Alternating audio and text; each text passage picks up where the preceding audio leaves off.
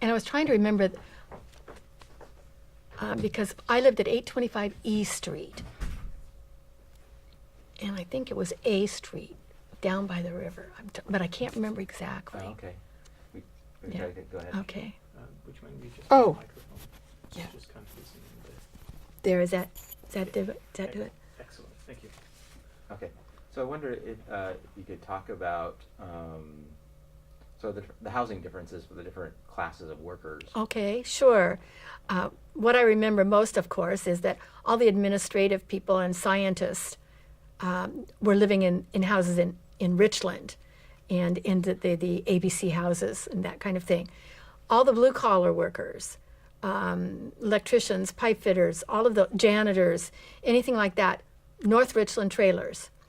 And then there was a sort of a mixed class that lived in houses down along the river, close to the river, but parallel to the trailer court. And they had houses as well.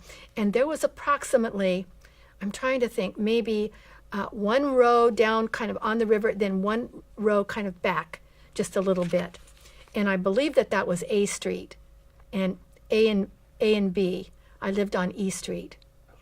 Okay, so that's how I remember that. And then, of course, there was the Army base where people lived there as well. Right. Yeah. So were you aware of that sort of growing up? Oh, yes, you differences and- betcha. Oh, yeah. You were, yes. Because living in a trailer house was always, at least then, rather, you were poor. And you knew you were poor. And you knew you were poor for me because I couldn't wear the same kind of clothes that other kids wore. And that goes back forever, doesn't it? Mm-hmm. That I can remember it was a very big deal to buy a Pendleton skirt, a wool skirt. It was very expensive. And my mother bought me one time. And that was a great treat because you got, and do you remember Laverne and Shirley and the poodle skirts and that kind of thing? That's the way it was then. Mm-hmm. Yeah. So there was very definitely class distinctions.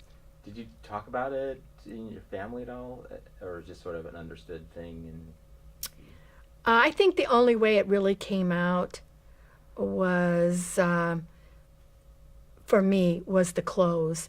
Mm-hmm. I don't remember. As soon as you could, you moved up into a trailer. The first one we lived in, like in the Palm, didn't have a running toilet, and I don't believe a shower.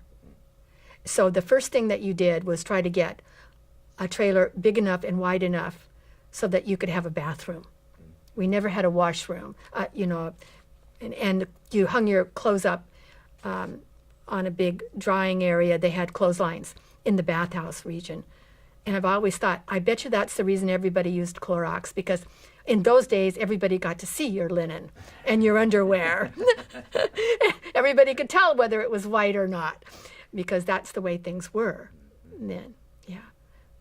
And I can remember getting washed in one of those big square cement tubs when I got like a ringworm, what do you call that?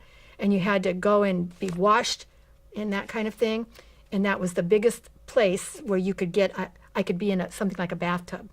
So I was washed in that big bathtub in the wash house. Yeah. And so, but then as soon as you could get a big enough trailer, and then of course the next step was to try to get a house. Yeah. Right. Yeah. All right. Thank you very much. You're welcome. You're welcome. Yeah. It's